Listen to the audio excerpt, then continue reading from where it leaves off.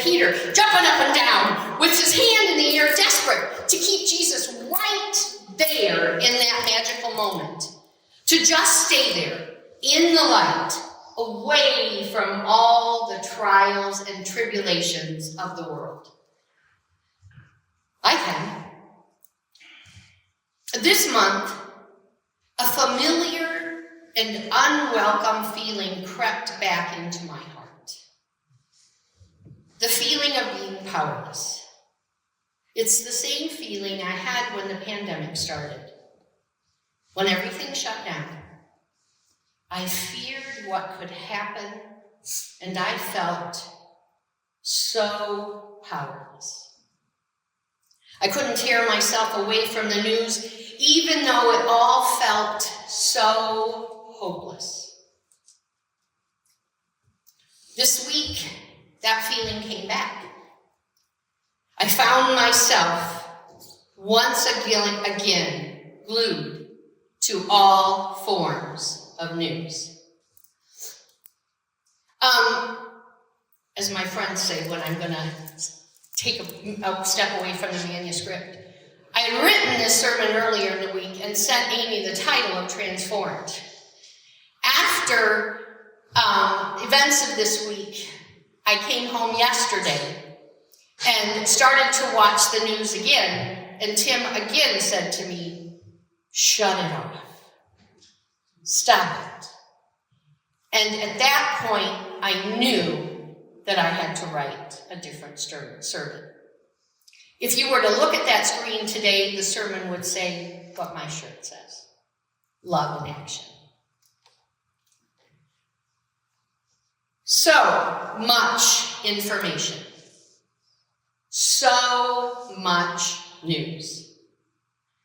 Elon Musk's Department of Government Efficiency continues to wield its chainsaw, sparking so much controversy and debate.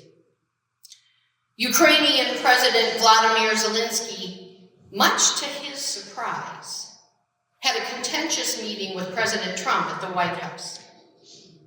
The fallout from this meeting has deepened the discord between Washington and its European allies who have rallied around Zelensky. The situation remains tense. Finally, there's Andrew and Tristan Tate, brothers and social media influencers who many consider to embody toxic masculinity and misogyny.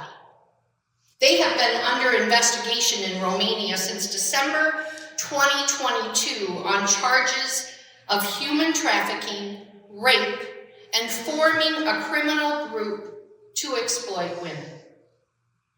It has been reported that our current administration has asked Romania to relax travel restrictions against the brothers.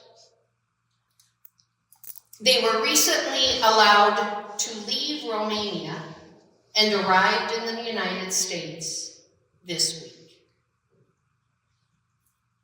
1, 2, 3.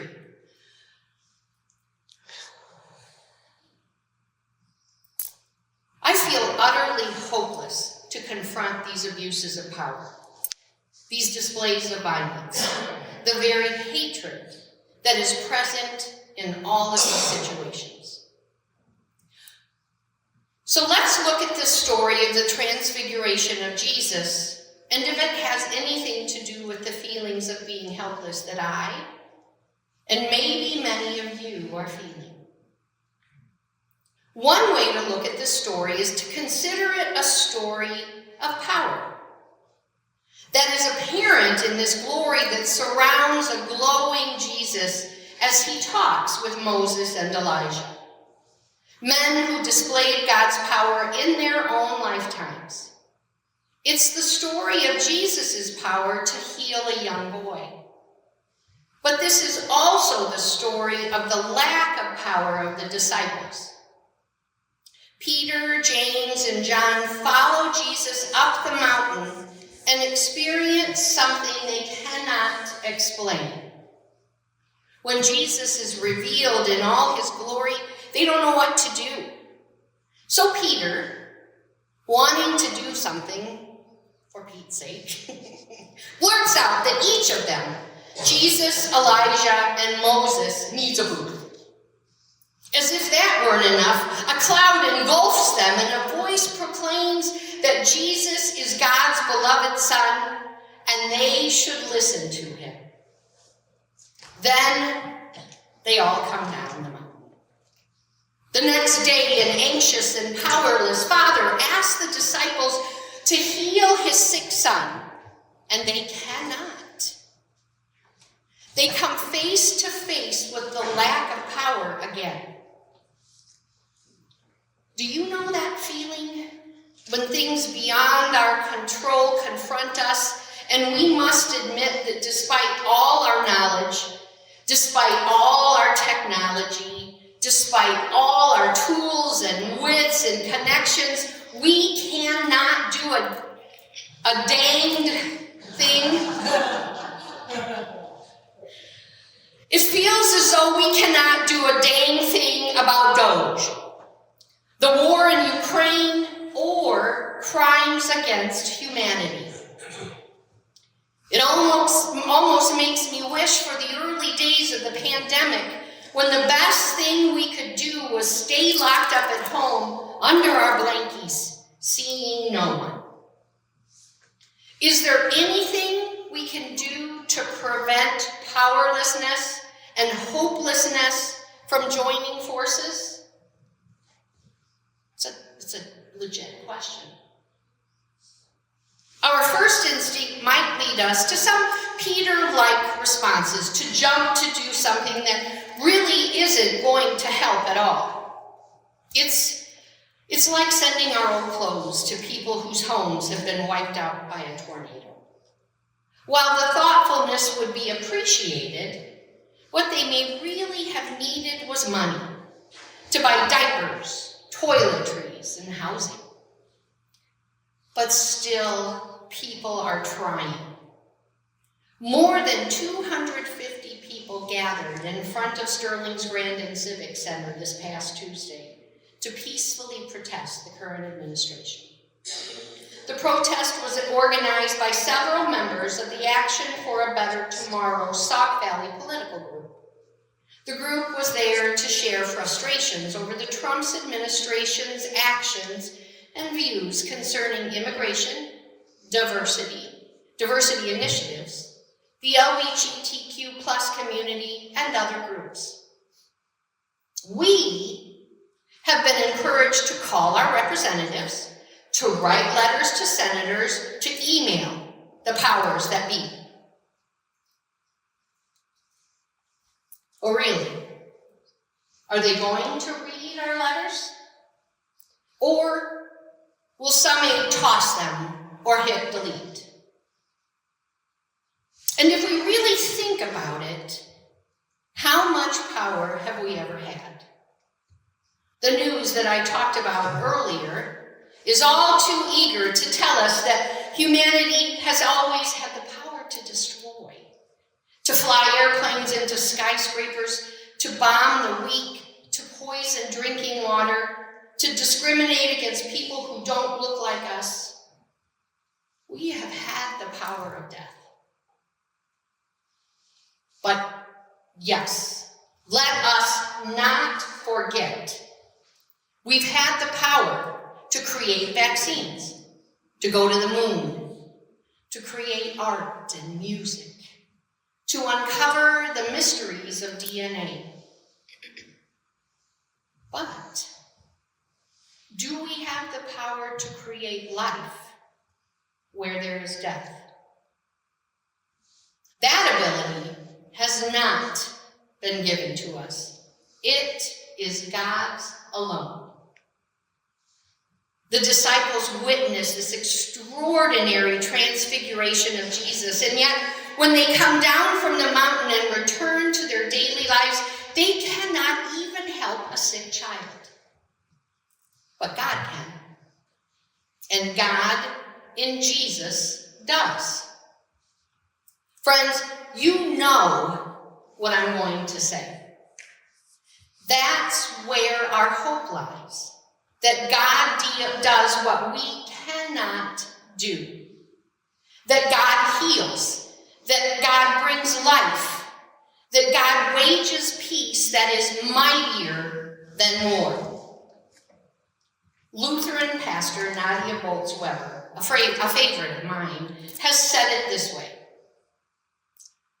So here's the thing. Maybe things will work out. Maybe they won't.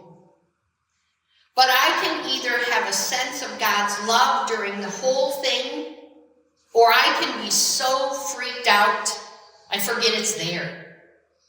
She continues, because here's what I believe. The triune God, whose love is powerful enough to raise Christ from the dead, simply will not be separated from me or from you. Not by a storm, not by a crisis, not by a pandemic, not by a war. And she closes with, not even by death.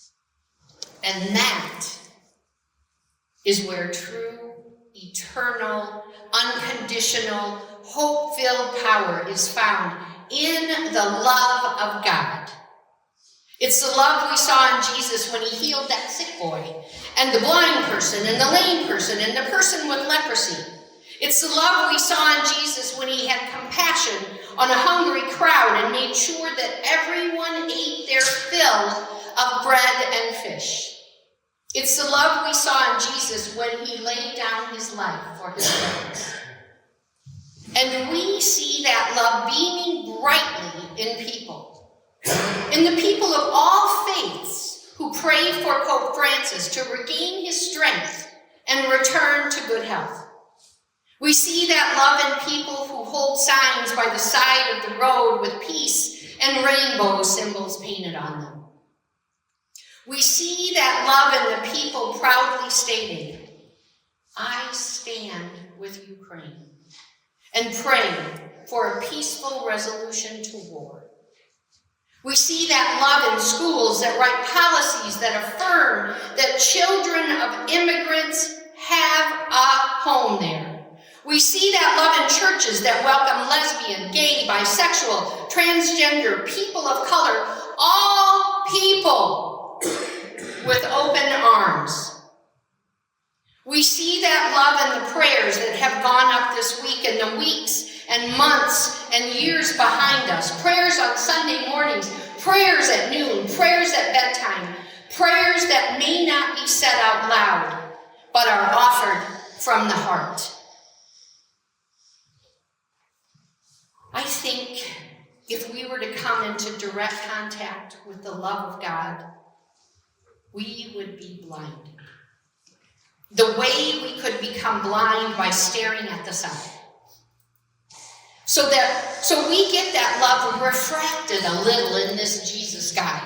The love is all there, but it is adapted for us so that we don't go blind, but so that we see a little better with his light. And that light is refracted a little more as it leaves Jesus and comes to us. And maybe we're not as bright and shiny. Maybe we don't have the power to raise the dead or even to heal a sick child. Maybe we cannot stop the war in Ukraine or stop the violence or stop inane leaders. But we do have the power to love, to bear light in the dim places, to bring warmth in the cold, hopeless places, to say, all we can offer is love, and God willing, that will be enough. Friends,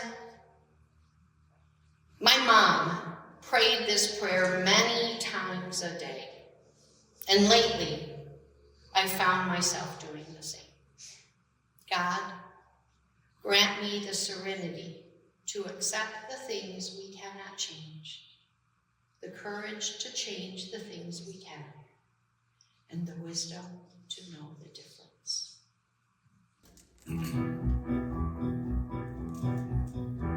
Sent out in Jesus' name, our hands are ready now to make a new place and raise the kingdom gods. Sent out in Jesus' name, our hands are ready now to make a new place and raise the kingdom gods. The angels cannot change the world of earth and fame to a world of love, justice and peace.